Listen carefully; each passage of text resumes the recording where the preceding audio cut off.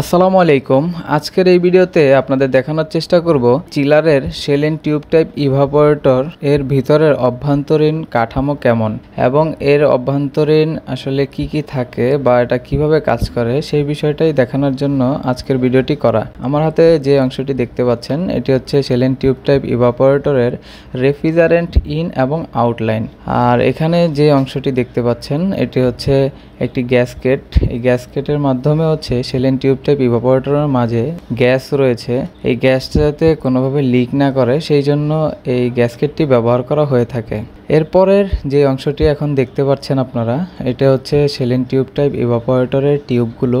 আর এই টিউবগুলোর মাঝে হচ্ছে রেফ্রিজারেন্টের অবস্থান, আর টিউবের বাইরের যে অংশটা আছে এটা হচ্ছে পানির অবস্থান। আমরা সকলেই জানি শেল টিউব টাইপ ইভাপোরেটরের ভিতরে রেফ্রিজারেন্ট এবং পানি থাকে। এই টিউবগুলোর ভিতরে হচ্ছে রেফ্রিজারেন্টের অবস্থান এবং টিউবের উপরের যে শেলটা আছে শেল এবং টিউবের বাইরের অংশগুলো এখানে হচ্ছে পানির অবস্থান। যখন হচ্ছে আমার রেফ্রিজারেন্টটি ঠান্ডা অবস্থায় থাকবে ইভাপোরেটরে, তখন এই ঠান্ডার সংস্পর্শে আমার শেল টিউবের ভিতরে যে পানিটা আছে সেই পানিটাও ঠান্ডা হবে। আর এই পানি নিয়েই মূলত মোল্ডিং মেশিনগুলো বা স্পেস ঠান্ডা করা হয়ে থাকে। এই ছিল মূলত আজকে এই শেল টিউব টাইপ ইভাপোরেটর নিয়ে একটি ছোট তথ্য। কেমন লেগেছে অবশ্যই কমেন্টে জানাবেন।